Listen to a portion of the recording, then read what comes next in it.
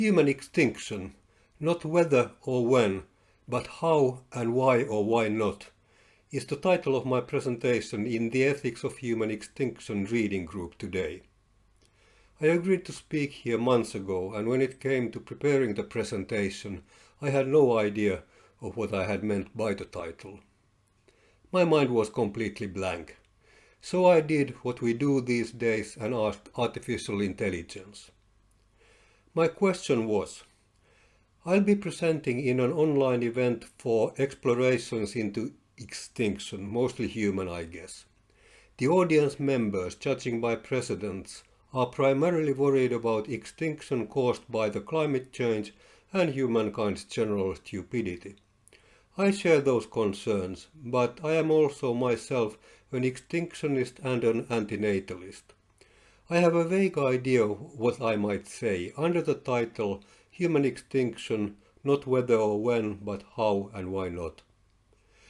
The main attractions would be that humans will go extinct at some point anyway, that the when doesn't upset me one way or the other, and that I think that people are a little dishonest about the reasons why they don't want human extinction now, citing reasons like the good of the species or the planet when it's more about their own little things, as exemplified by this gem.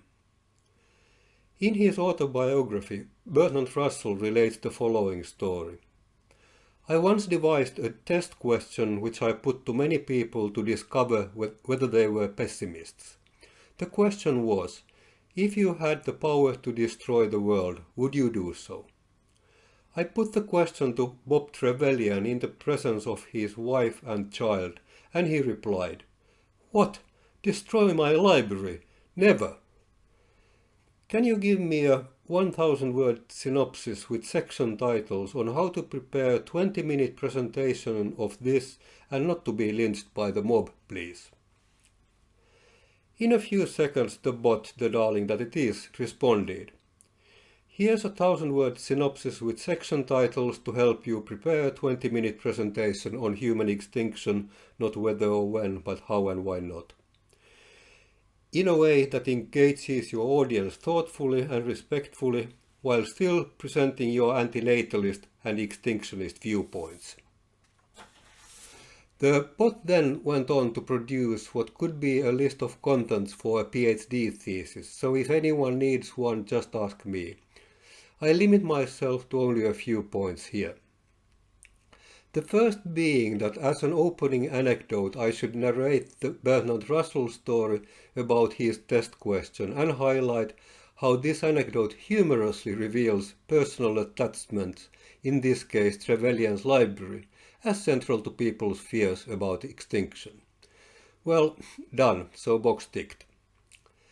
Then apparently I should introduce the philosophical idea that extinction is part of the natural order and quote notable philosophers and thinkers who have accepted extinction as an inevitable part of existence. I love historical stuff me, so I'll do that with pleasure. After quite a few twists and turns, the bot gets to what probably should be my point, self-interest versus altruistic claims. I should argue that resistance to extinction is often rooted in personal interests rather than purely altruistic reasons, and provide examples of how personal stakes play into fears about extinction. The machine gives this advice quite late and with warnings of being respectful and sensitive, so I think that I'll just say these things quickly and in passing so that no one has the time to be offended. And then it moves to the kill. I should present the core antinatalist argument that it's wrong to bring new lives into a world of suffering and quote my own work to boot. Sounds pretty suicidal, but let's see how that one goes. I think I'll just hide behind some historical figures back and then advertise my own work, alleging that there is a connection somehow. I'll organize the presentation according to my main questions though. They are not whether, not when, but how, and why or why not. To the first question then. Why not whether human extinction? And to answer the question, we have Matti Häyry, a French poet, writer, feminist, animal rights and vegetarianism activist, who in her 1892 public address The Pain of Living noted: "Obviously the world will come to an end sooner or later, and I for one have no problem with that. I do not even mind glimpsing into the mist of eternity and seeing the earth finally purged of its human microbes, left to the wild flora and fauna, awaiting the blessed day when it's stripped of this last instance of life." Almost a century later, the spirit, maybe in a slightly less poetic form, lived on in the views of Finnish philosopher Ludwig Wittgenstein heir in Cambridge, George Henrik von Wright. In his 1987 Science and Human Reason, he wrote: "I do not consider the perspective that humanity as a biological species is heading towards its destruction to be unrealistic. This perspective has often confused people in times of unrest and upheaval. For my part, I can't find it particularly upsetting." And, apart from the chatbox advice, who needs philosophers to solve this question? We, the species Homo sapiens, are not eternal. Even this known universe is not eternal. Some people think that there is something in the timing, though. Which leads to my second question. Why not when human extinction? Sticking to the same panelists but changing the order this time, George Henrik von Wright continues from where he left in the first passage, which was, for my part, I can't find it particularly upsetting. Humans as a species will surely die out sometime. Whether it happens within a few 100,000 years or a couple of centuries is just a pinch of snuff in the cosmic perspective. And the spicier version comes from Matti Häyry, who turns on the attack mode against people who perpetuate the existence of the species. How dare those who have just closed graves start over again with cradles? Who does not recoil in horror at the cosmic circle where love and death shuttle back and forth between embryos and corpses? And who does not feel the urge to leap at the monster's throat, to plug its mouth and to sink it into nothingness? Or am I going too fast or too far with these Matti Häyry quotations? Not everyone thinks that life is a monster. Mine is not, most people say. It is in fact quite good. So could the extinction wait? At least not right now, while I'm still alive. Well, maybe it can, maybe it cannot. How we foresee human extinction to happen takes a role here. According to von Wright, it will happen naturally in any case. It seems to be accelerated by us currently, and von Wright recognizes people's concern, but adds that the timing makes no cosmic difference. Häyry agrees that humans will go extinct naturally in any case, but it takes an awful lot of time and people will suffer terribly and in vain. Since the demise of the species could be accelerated by abstinence to stop the pain, it should. So we get to the all-time favorite online discussion line whenever pessimism raises its ugly head. Why don't you kill yourself then?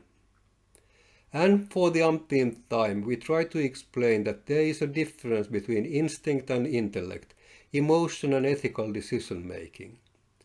In the words of Clarence Darrow, the defense attorney in the Scopes monkey trial a century ago: "Emotionally, I shall no doubt act as others do to the last moment of my existence. With my last breath, I shall probably try to draw another.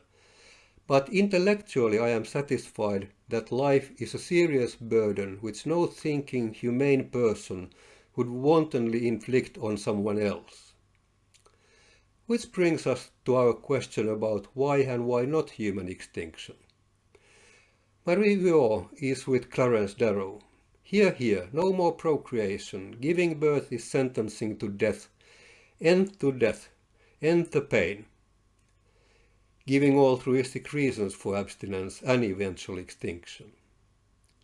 Von Wright at this point retreats and reveals his true colors. He was only what he called a provocative pessimist after all.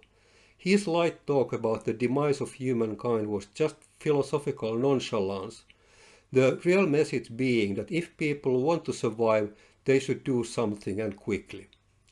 Von Wright's view is expressed in a life situation where his own children were safely middle-aged, so his family was not going extinct anytime soon. What we get from von Wright then is not an answer to the question why human extinction, somewhere between the lines, why not human extinction perhaps. But this we hear more loudly in Bob Trevelyan and his response, as well as Russell's question to him, with its obvious presuppositions. Do not bring about human extinction, because I want to live my life, because I want my children to live their lives, and because I want us all to enjoy my exquisite unique library. Summarizing neatly the main motivation here, self-interest. Starkly contrasted by Matti Häyry's altruistic concern. Happiness does not exist for anyone. Misfortune is the common law, but the stupid love of life is so strong that the vast majority submit and resign themselves to suffering. Still, if man only accepted this burden for himself, he could be forgiven. But he cowardly perpetuates the cursed heritage by giving life to beings who do not ask to be born. More often than not, he commits this homicide unconsciously, but when he premeditates the crime, no punishment is severe enough to make him atone for it. Matti Häyry's deep moral indignation apart, we can, if these are the positions, have both. It is simple. No one threatens the lives or libraries of the Trevelians, but at the same time no one gives life to further human beings. For anyone who wants to avoid directly proposing our extinction, no one destroys the world, it just comes, as far as humans are concerned, to an end. Let me summarize my findings, not whether or even when, but how and why or why not human extinction. Not whether. Why do I say this? Well, because it will happen anyway, says science. Not when. Why do I say this and how my claim is unsatisfactory? I'm saying it because the timing is cosmically meaningless, says philosophy. The universe doesn't care. But there is a residue in that many people, individuals, do care. They don't want the world to end in their time. Why do I say that how matters then? Because there is a choice to be made here. Just sit back and wait for the human species to die out naturally after generations and generations of exposure to suffering, or deliberately make the species extinct by ending procreation and the ensuing misery. Why choose the latter? Well, according to negative ethics, especially negative utilitarianism, it is desirable to eliminate potential future suffering. Why not choose it? We have to have children and our children have to have children. With medicine and technology we can avoid and remove all human suffering. Or while we cannot avoid and remove it all, it doesn't matter because suffering ennobles us and gives our lives meaning.